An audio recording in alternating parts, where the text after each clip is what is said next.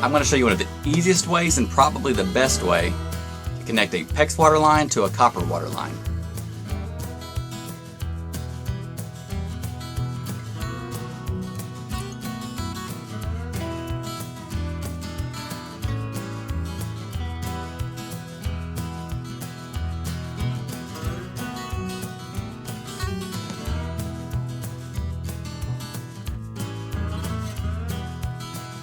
I'll be using a SharkBite brand straight coupling. SharkBite makes a ton of different fittings, like this drop of your elbow. This is what I use when I install my showers.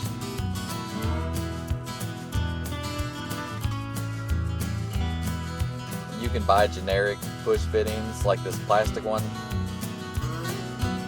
but I would definitely only recommend them for temporary use. I'd go with the SharkBite for a permanent fix. They seem to be much better quality.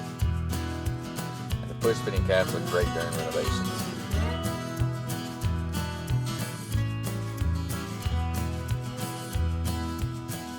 So when you're cutting your copper pipe, I'd say a tubing cutter probably works best. But if you use anything else that leaves a rough edge like a hacksaw, just make sure that you sand it smooth and you have a nice clean square end to work with.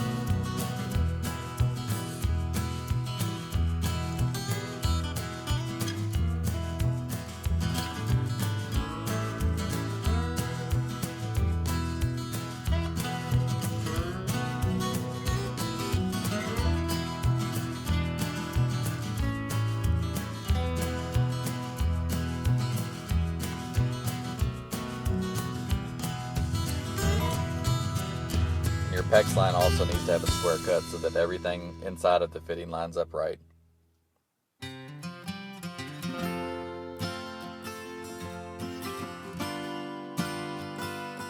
Now this next step is probably the most important step.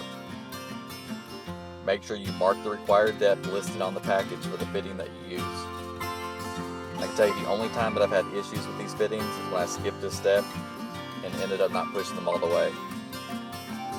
And then you end up with leaks.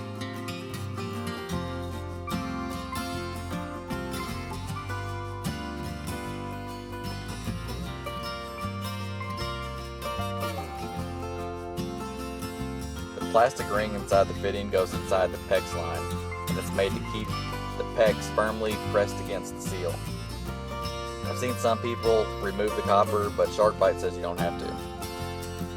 To attach it, just line up so the plastic goes inside the PEX and press it until it stops. If you made it to your line, it's good. And then you do the exact same thing with the copper line.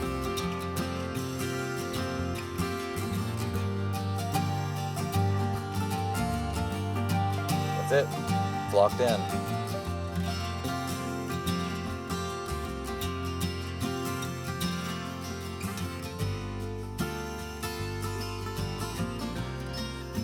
So if you ever need to remove it, some fittings come with the tool.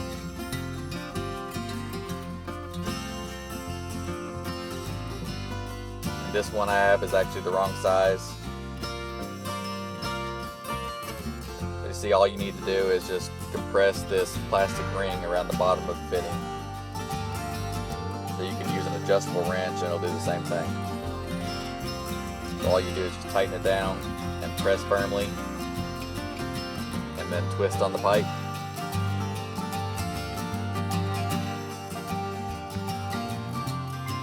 And it comes off, and you can reuse it.